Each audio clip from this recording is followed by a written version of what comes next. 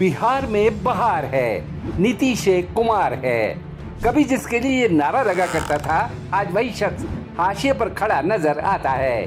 बानगी है ये तस्वीर। इस तस्वीर में गौर करने वाली बात है कि नीतीश कुमार छोटी कुर्सी पर या यूं कहें स्टूल पर बैठे हैं और उनके सामने बिहार के उप मुख्यमंत्री और बीजेपी नेता सम्राट चौधरी बड़ी कुर्सी यानी सिंहासन पर बैठे हुए हैं।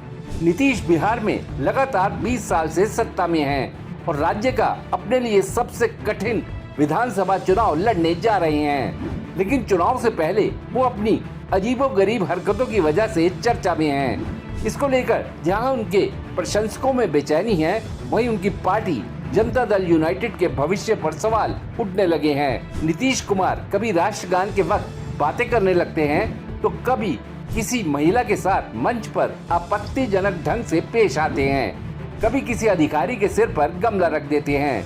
नीतीश कुमार को लेकर हाल ही में खबर आई थी कि तबीयत खराब होने की वजह से उन्होंने अपने सारे कार्यक्रम रद्द कर दिए। कहने को जेडीयू और बीजेपी मिलकर इस बार विधानसभा चुनाव लड़ रहे हैं, लेकिन नीतीश क्या उतने ही ताकतवर हैं जितना पिछले चुनाव में दिखा करते थे।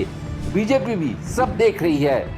चुनाव निपटने तक वो जेडीयू के साथ एकता दिखाए रखना चाहती है।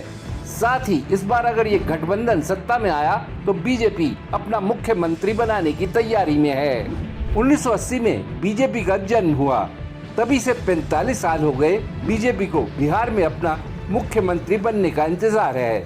जेडीयू की सीटें कम आती हैं तो नीतीश कुमार पहले की तरह सौदेबाजी की स्थिति में भी नहीं रहेंगे जो इंडिया ब्लॉक से जाकर हाथ मिला लें। बीजेपी ऐसा दांव भी खेल सकती है कि जीतने वाले जेडीयू विधायकों को अपने ही साथ मिला ले। इन सब सियासी अटकलों पर हैरानी होना इसलिए भी लाजमी है कि नीतीश कुमार ने जब कभी भी राजनीतिक समझौता किया है तो अपनी कीमत पर किया है, लेकिन इस बार उनकी शारीरिक और मानसिक स्थिति पर अलग अलग तरह की चर्चाएं हो रही हैं। गौर करने की बात है कि नीतीश कुमार की पार्टी के 12 सांसद जिनका समर्थन नरेंद्र मोदी सरकार को है, बहुमत बचाए रखने के लिए उनका समर्थन मिलते रहना बीजेपी के लिए जरूरी है। ऐसे में अभी बीजेपी के लिए नीतीश कुमार अहम हैं, लेकिन बिहार चुनाव के बाद नीतीश कुमार की जेडीयू से जीत कर आने वाले विधायक और जीते हुए सांसद जेडीयू में रहेंगे या नहीं, ये बड़ा सवाल है। गौर करने वाली बात ये भी है कि जब कुछ समय पहले नरेंद्र मोदी ने हरियाणा में मनोहर लाल खट्टर की तारीफ की थी तो हरियाणा का मुख्यमंत्री पद उनसे छिन गया था। हरियाणा की राज्य सरकार मनोहर जी के नेतृत्व में निरंतर सशक्त कर रही है। इस बार नरेंद्र मोदी जब कुछ दिन पहले बिहार आए हैं तो नीतीश की तारीफों के पुल बांध कर गए हैं।